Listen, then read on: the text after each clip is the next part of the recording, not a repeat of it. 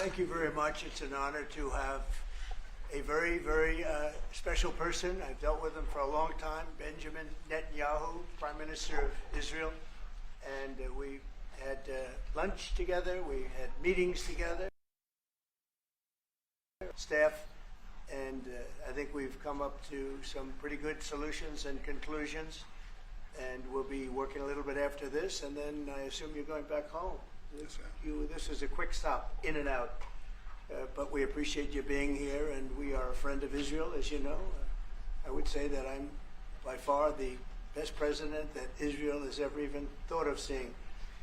And it's an honor to be so, and to be so thought of. Many friends in Israel, they are not in an easy area. It doesn't go easy, but we are helping them. And likewise, they've been helping us very much. And so we'll see how it all works out. But we had great discussions today, I think, on the obvious subject of Iran, and also the less obvious subject with respect to Israel, and that's trade. And I think the Prime Minister is going to tell you a little bit about trade and what they're doing for the United States. So I want to thank you all for being here. Thank you very much. And Thank you. Benjamin, thank you very much. Thank you, Thank Mr. you, Bibi. President. Thank you, Don. Thank you. Mr. President, I want to first thank you for inviting me again to the White House. You've been a remarkable friend of the State of Israel. You stand by us. You're standing with us. You are a great, great champion of our alliance.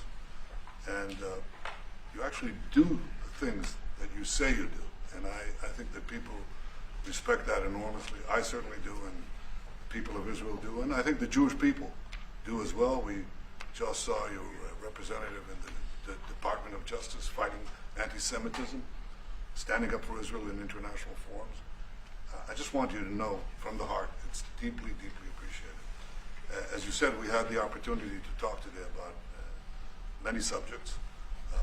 First, if I can mention tariffs, it's a subject of some interest today. I can tell you that I said to the President a very simple thing. We will eliminate the trade deficit with the United States. We intend to do it very quickly. We think it's the right thing to do. And we're going to also eliminate trade barriers, a variety of trade barriers that have been put up unnecessarily. And I think Israel can serve as a model for many countries who ought to do the same. I recognize the position of the United States. It says, you know, we're allowing other countries to put tariffs on us, but we don't put tariffs on them. And, you know, I'm a free trade champion, and free trade has to be fair trade. And I think that's basically the position that you have put forward, Mr. President. We are going to eliminate the tariffs, and rapidly. I had the opportunity to speak to Secretary Lutnick yesterday. We talked about how we could effect this quickly, and I hope to bring a solution very quickly. We're not talking about intentions. We're not talking about you know, just words. We're talking about results. And those results are going to come in. So that's the first. Thank you very much. It's very nice. Thank you. Thank you. Mr. President, what about the hostages here? Well, What about the Let him hostages? I finish. didn't finish. Okay. We begin. We spoke about not only the hostages, but about Gaza. The hostages obviously is a human story of just unbearable agony. I speak to the families. I spoke to them yesterday. I spoke to another one when I was in Hungary before I came here. I speak to them every day. They're in agony. The hostages are in agony, and we want to get them all out. Steve Witkoff was President Trump's very able representative, helped us get a deal that got 25 out. We're working now on another deal that we hope will succeed. And we're committed to getting all the hostages out, but also eliminating the evil tyranny of Hamas in Gaza, and enabling the people of Gaza to freely make a choice to go wherever they want. I mean, they should have that choice. And the President put forward a vision, a bold vision, which we discussed as well, including the countries that might be amenable and are amenable to accepting Palestinians of their free choice if they choose to go there. And I think that's the second thing that we discussed. But the hostages came right on top. We also discussed the situation in Syria. we've had neighborly relations with Turkey that have deteriorated, and we don't want to see Syria being used by anyone, including Turkey, as a base for attack in Israel. Turkey is a country that has a great relationship with the United States. The president has a relationship with the leader of Turkey. We discussed how we can avoid this conflict in a variety of ways, and I think we can't have a better interlocutor than the President of the United States for this purpose. And of course, we also discussed Iran. Look, we're both united in the goal that Iran does not ever get nuclear weapons. If it can be done diplomatically in a full way, the way it was done in Libya, I think that would be a good thing. But whatever happens, we have to make sure that Iran does not have nuclear weapons. That's the end of my speech. Mr. President, many Israelis want Just to to know add to what that, is your we're specific having plan to direct getting all talks the with, hostages wait a minute, out? wait. We're having direct talks with Iran. And they've started, it'll go on Saturday. We have a very big meeting and we'll see what can happen. And I think everybody agrees that doing a deal would be preferable to doing the obvious. And the obvious is not something that I want to be involved with, or frankly, that Israel wants to be involved with if they can avoid it. So we're going to see if we can avoid it.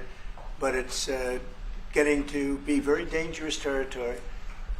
And hopefully those talks will be successful. And I think it would be in Iran's best interest if they are successful. We hope that's going to happen. And we had just a lot of good talks on a lot of things. I appreciate very much what you said about the tariffs. We've been ripped off and taken advantage of by many countries over the years, and can't do it anymore. Just can't do it anymore. We can't be the stupid people anymore. And it's all because of the people that sat in the seat right here. Not your seat, but this seat. They allowed things to happen to our country that they shouldn't have allowed to happen on trade and other things, many other things. I mean, look at what's happened with our last president, where he allowed millions of people to come into our country with an open border. Who would want an open border? How stupid is that? But he allowed millions and millions of people, and of the millions, and I think it was 21 million people, but let's say 3 of them were serious criminals, serious murderers and drug dealers and gang members and people from jails. All the jails emptied out right into our country, right along the open border on Mexico, generally the Mexico. But they came in from Canada too, by the way, a lot. But generally speaking, on the southern border. And what a shame it is that we are now working very hard to get them out, get the criminals out, get the murderers out, the drug dealers, the mentally insane, get them out. They dropped the mentally insane in our country too. And this was all done by the Biden administration. It's a disgrace that we have to work so hard. And then we have judges that try and protect these people. But they didn't protect us when the people were being let in. But to get them out is never easy with these people. So I think we're doing a great job. The border is the best it's ever been. It's even as strong as it was. I had a great, solid border. I think it might even be tougher right now and stronger. So people are coming into our country, but they're coming in legally. We have a legal process, and we have that moving along properly, because we need people to come into our country. But we want people that can love our country and cherish our country. So that's where we... Thanks for watching. Drop a comment below. Don't forget to like, share, and hit subscribe to stay updated with our latest content. Until next time, stay informed and inspired. This is Dejobnik signing off.